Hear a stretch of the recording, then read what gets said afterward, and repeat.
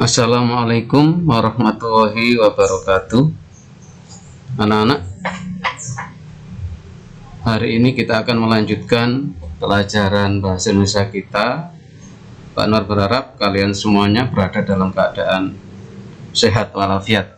Anak-anak SMP Ma'arif Takwal Lirang yang saya hormati, kemarin pada pertemuan minggu yang lalu kita bicarakan mengenai pengertian, kemudian kita lanjutkan dengan bagaimana cara meringkas dan menyimpulkan sebuah teks diskusi.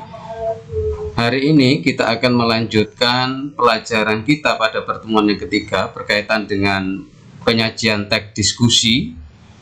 Dalam hal ini kita bicarakan mengenai struktur dan kebahasaan teks diskusi. Anak-anak yang saya hormati, kita dalam pertemuan ketiga ini kita hanya akan fokus pada struktur teks diskusi, sedangkan kaidah kebahasaan teks diskusi itu akan kita bicarakan pada pertemuan yang akan datang, ya, tepatnya pada hari Minggu yang akan datang. Baik, anak-anak, struktur teks diskusi, baik struktur atau bahasa lainnya adalah urutan atau susunan, sebagaimana pada teks-teks sebelumnya. Semua teks itu mempunyai susunan yang berbeda-beda, seperti teks cerita imajinasi, teks deskripsi, teks laporan hasil observasi, teks berita, ya, atau teks laporan hasil percobaan. Itu mempunyai struktur berbeda-beda. Nah, bagaimana struktur teks diskusi itu sendiri? Baik, kita akan lanjutkan pembicaraan kita. Nah, ini struktur teks diskusi itu paling tidak ada 4 anak-anak urutannya, ya.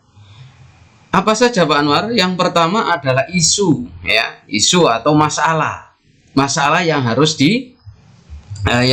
ditanggapi.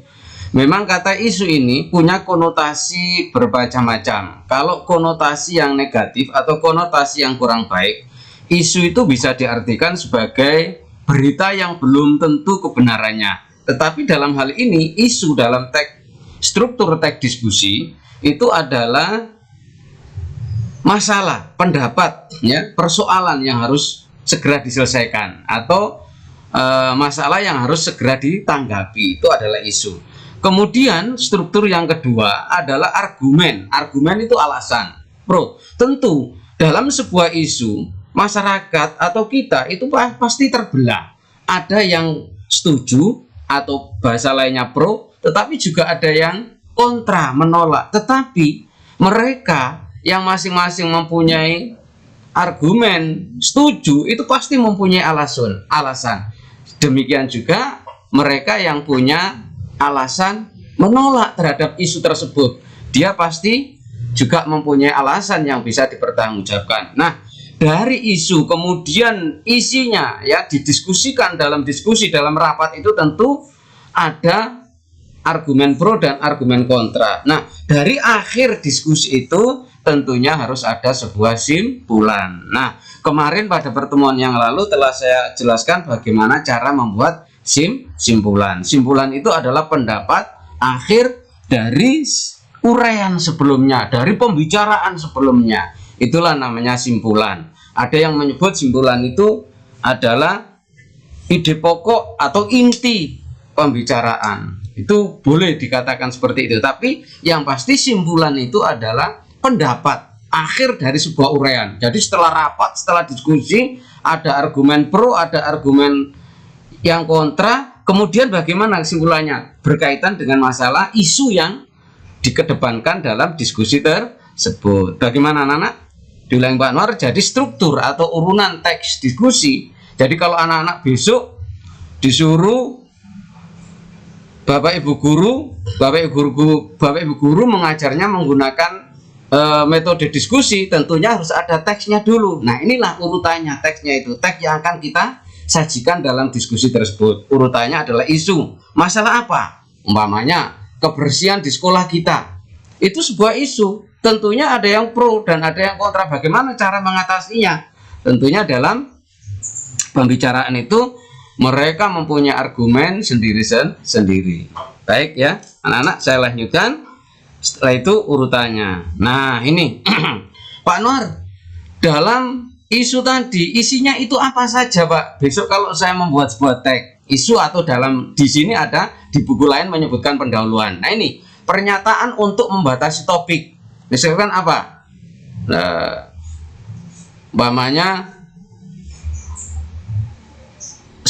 siswa membawa HP, setuju atau tidak? Nah, umpamanya ya, siswa diperbolehkan membawa HP atau tidak? Nah, tentunya mereka mempunyai apa? Mempunyai pendapat yang berbeda-beda. Itu harus dibatasi. Oh, berarti pembicaraan kita hanya persoalan bolehkah siswa membawa HP ketika ke sekolah. Itu namanya pembatasan topik, sehingga di dalam pembicaraan diskusi kita nanti tidak melebar kemana-mana. Latar belakang, mengapa topik itu diangkat? Oh, sekarang memang di sekolah itu banyak anak yang bawa HP dan menimbulkan berbagai persoalan ternyata. Itu namanya latar belakang, sebab mengapa masalah itu dibicarakan. Kemudian sudut pandang berbeda yang akan dibahas. Nah, diisi urutan yang kedua, isi itu tentunya menguraikan tentang pendapat yang pro dan kontra beserta dengan alasannya. Tentunya bagi yang pro dengan pendapat membawa HP umpamanya, tentu dia akan memberikan alasan dengan bahasa yang persuasif. Bahasa yang apa? Persuasif, mempengaruhi bagaimana orang bisa setuju kalau siswa itu membawa HP. Demikian pula bagi mereka yang kontra, menggunakan alasan dengan bahasa persuasif yang mempengaruhi supaya apa? Gagasannya, idenya tentang tidak boleh membawa HP itu juga bisa diapakan?